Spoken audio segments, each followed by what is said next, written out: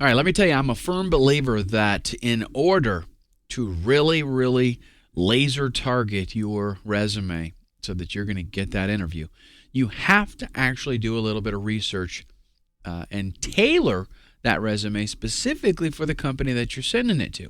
So what we're going to talk about in this video is who is your student. Remember in the first video, we talked about you creating your resume, not as a marketer or a promoter, but as a teacher. You're instructing the person that's reading that resume and trying to teach them about you. In order to do that effectively, you need to know who your student is, and you'll see why in just a minute. Then I'm going to show you some resume research that you can do that will help better prepare you for, being able to actually get that interview. Who is your student? This is the first thing that we're going to look at. I want you to think about if you were a math teacher. Would you teach math the same way to kindergartners and to high schoolers and to college students? No, you wouldn't, and here's why. It's all math. It's the same basic topic, right? But each one of these groups of individuals has a different capacity, and the kind of math that you're going to relate to them is going to be different. So you have to, you could be a professor and capable of teaching all levels, but you're going to have to make some adjustments if you're teaching kindergartners, and then you're going to have to switch into a different gear to teach college students. All these students have those limitations, and you have to deal with that. Well, the hiring manager, they have limitations. They have a capacity as well, just like these different students have. So you would not just create a resume like you would just blanket teach math. You have to figure out what category they're in and tailor it to them. Now, not that, one hiring manager is going to be like a child and another is going to be like a college student. That's not what I'm saying. But they do have different capacities. They are limited by a lot of different factors. So you have to study your student and know exactly who it is that you're writing to. Who are you trying to teach, or who is your student? Let's look at some resume research that you will want to do. The reason that we're doing this is because you want as few surprises as possible. So if I can do a little bit of legwork beforehand and figure out some things that are going on so that when I actually get, maybe to that interview, or when I make a phone call and I talk to somebody, I'm not going to be, hit from the side and not have any idea what happened. So you want as few surprises as possible because ultimately there will be some. We just want to try to eliminate as much as we can. So to do that, there's three things we're going to do. Internet research, personal observation, and a phone call. Let's look at internet research first. This is actually really simple. Just go to Google, use Google News. That's a great tool. Type in the name of the company and just, note anything that's there. Read it all. Find out if there's something interesting, whether it's good or bad. This is a good thing to do for a lot of reasons. Maybe, for example, something real bad's going on with the company and you really don't want to work there.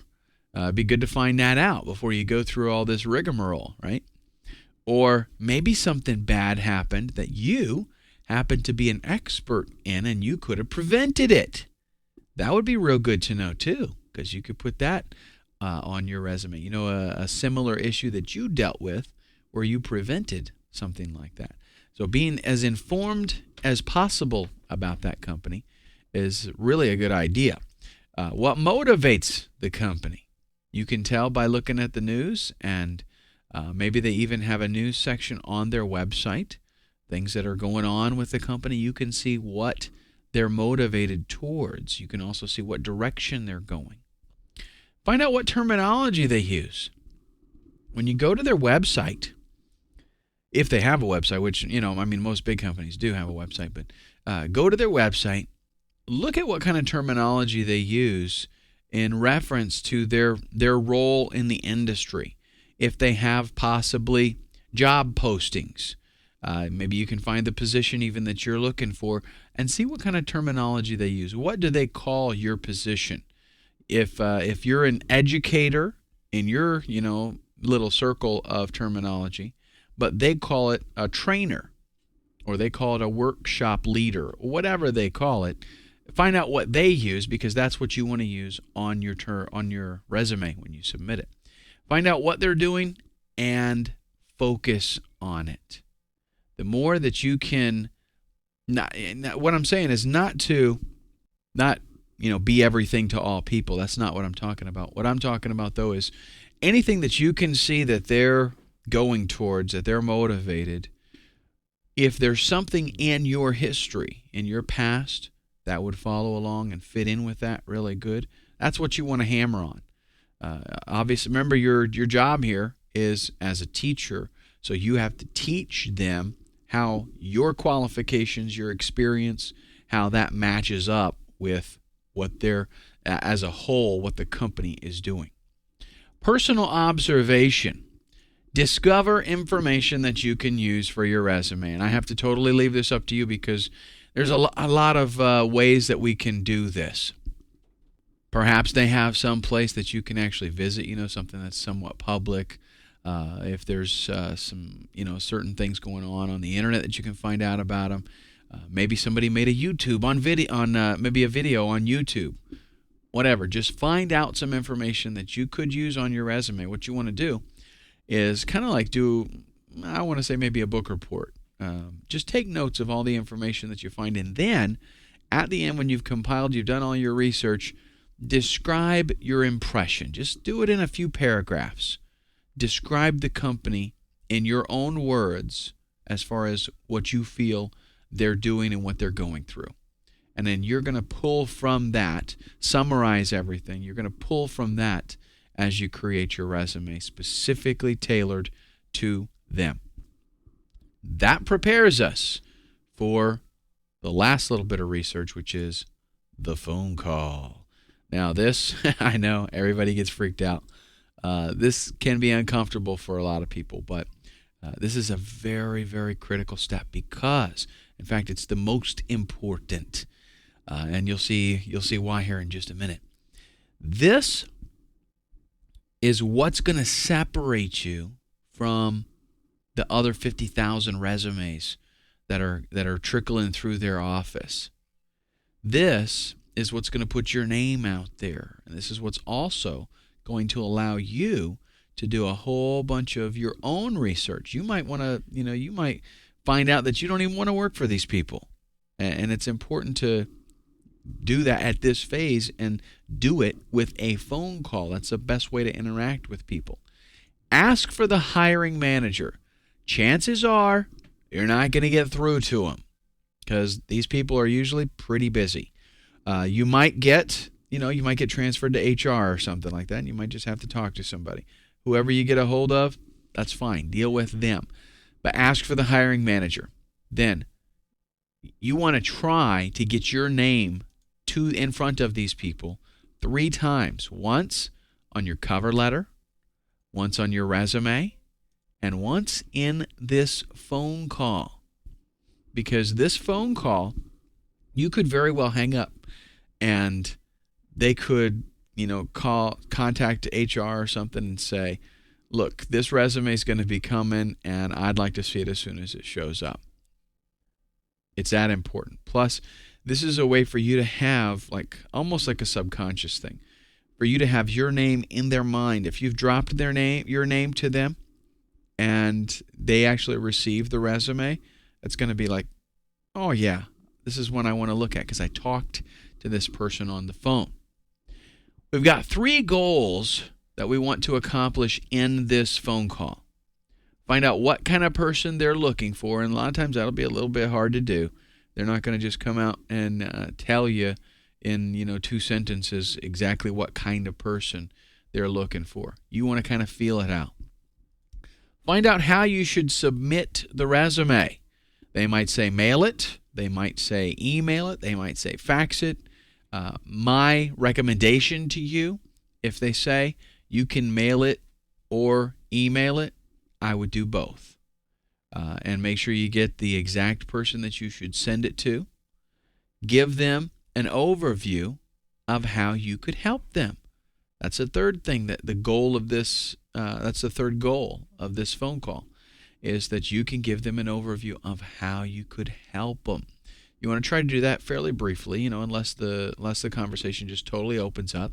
But in fact, what I'd like to do is give you kind of an overview of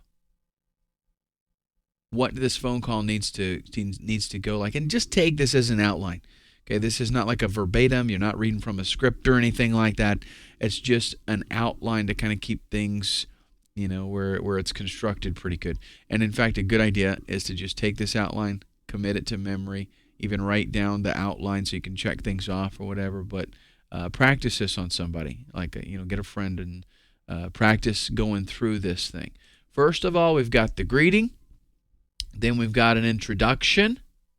And the reason that it's good to have these little steps in here, things that you might think, well, of course I'm going to say who I am, but you might get really nervous and you might forget. That's the point of this. So, greeting, introduction, identify the job that you're going to be applying for or that you're seeking information on. Mention to them where you found out about the opening. Tell them you've got a quick question. Ask them, is this a good time, or should I call you back at a different time? But just that you've got a real quick question to clarify something. And by all means, when you're on the phone, write down everybody's name that you talk to, no matter what, because you might be able to use that later on.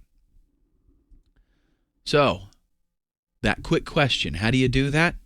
Well, you want a quick question that they're going to be able to answer in a pretty short, simple statement. So, for example, ask them for an explanation of the job. Ask them what essential skills are needed so that they can tell you.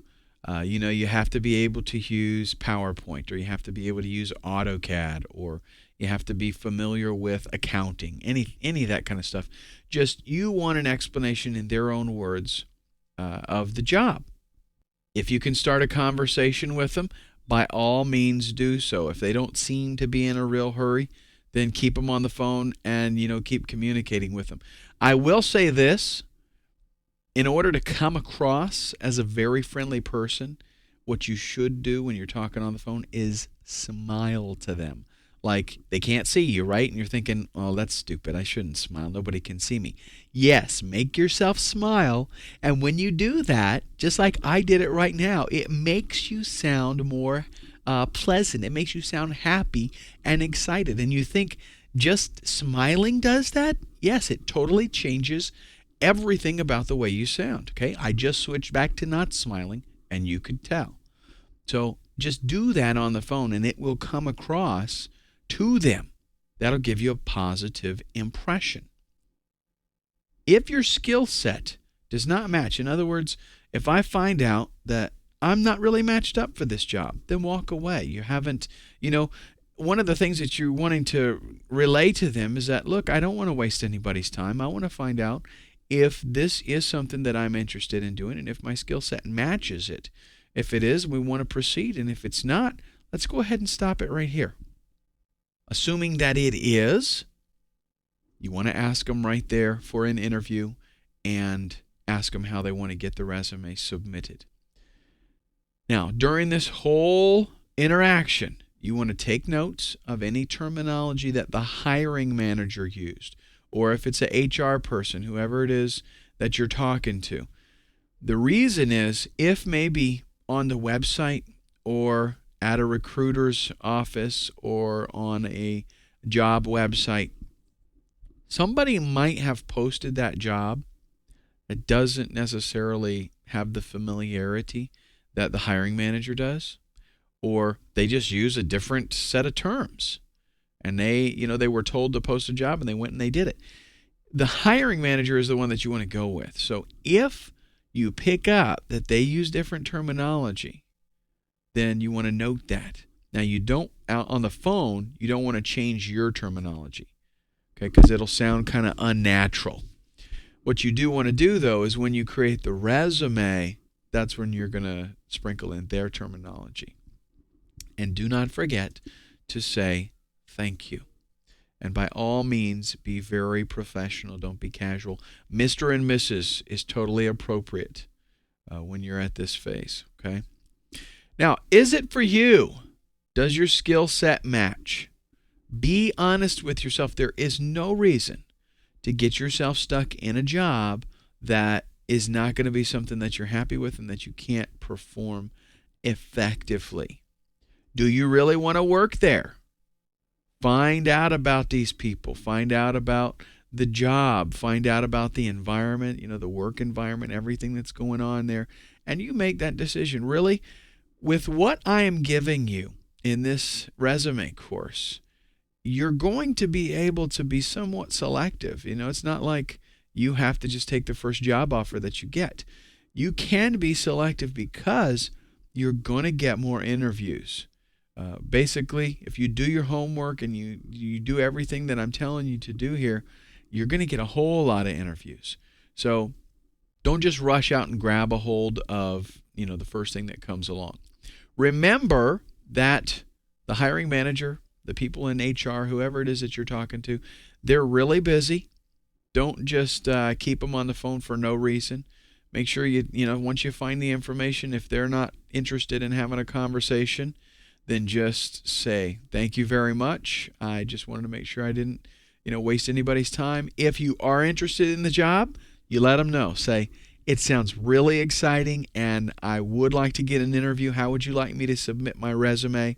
Thank them up and down. Be real friendly and happy.